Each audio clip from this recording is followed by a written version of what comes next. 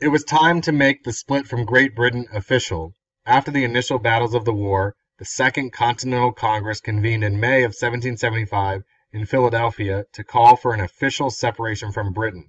A committee, including Thomas Jefferson, was selected to write a draft of all the reasons the colonists wanted complete separation from Britain. Jefferson was chosen by a congressional vote to draft the document. A new country was about to be born. Thomas Jefferson was the unanimous choice to draft the document that would become the birth certificate of the United States, the Declaration of Independence. Benjamin Franklin and John Adams aided Jefferson with Declaration revisions. The document clearly listed colonists' rights and their grievances against King George III. Many of the phrases that Jefferson included in the Declaration of Independence came from the works of the British political philosopher John Locke. Several of the Declaration's quotes are well known by most Americans even today. Some, edited to match today's punctuation rules, include, "We hold these truths to be self-evident, that all men are created equal, that they are endowed by their Creator with certain unalienable rights, and that among these are life, liberty, and the pursuit of happiness." John Hancock, as the president of the Second Continental Congress, wanted the king to know he meant business. He signed the Declaration in very large letters to send a message to King George III, signing in large print so King George could read it without his glasses. Any colonist whose signature appeared on the document and who was apprehended by British soldiers or officials would be hanged in public as a warning to other colonists. This possible horrible death was worth the risk to the men who signed the Declaration of Independence. In the words attributed to Benjamin Franklin, "We must all now hang together, or most assuredly we will all hang separately." When teams were divided up to pick sides in the battle, American colonists were split. One-third were for the Revolution. They called themselves Patriots. One-third, who named themselves Loyalists, were against it. One-third apparently didn't care to choose sides. When it was all said and done, two major groups of the war emerged. The first lineup included the Patriots fighting against King George III.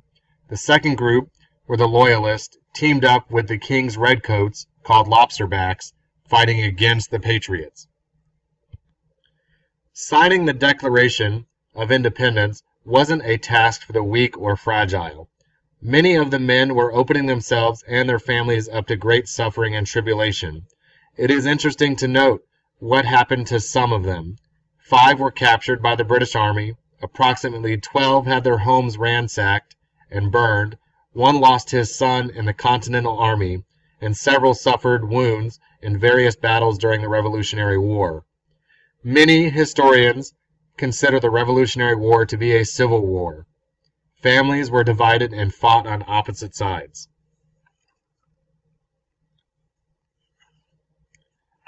The British had one of the most powerful armies in the world at this time. The men who served in the British Army of North America were well disciplined with state-of-the-art weapons.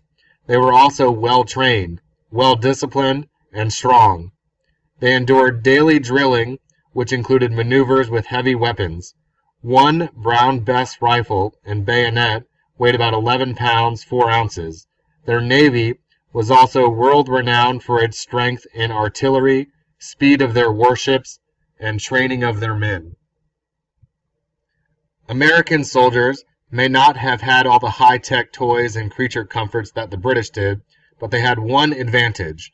The American soldiers were known for their superior rifle technology and sharp shooting skills, even back then.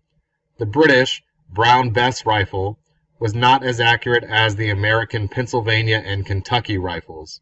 The British also carried 3 days' provisions, so their gear weighed about 100 pounds. Therefore, although the Americans were outnumbered by the British Army and Navy and had fewer weapons, they were quicker, had better guns, were excellent shots, and had great strength and endurance. The Americans were truly rebels in all sense of the word. The American army knew the lay of the land, useful for guerrilla warfare. Most carried tomahawks, not bayonets, which were unwieldy in the heavily wooded areas. The tomahawks and short-blade swords were much more useful during battles in tight quarters than the British troops' bayonets, giving the Patriots the advantage. They didn't have time, money, or woman power to have proper uniforms hand-sewn, so they wore a combination of mix-and-match uniforms. George Washington, voted in as General Washington to lead the troops, preferred brown army clothing. It seems like the British had an unfair advantage over the Americans. They had ample experience in world affairs, as previously mentioned. They were well equipped, highly disciplined, and had the world's strongest navy. But the Americans proved to be a different opponent than traditional armies worldwide. The American underdogs weren't out of the competition.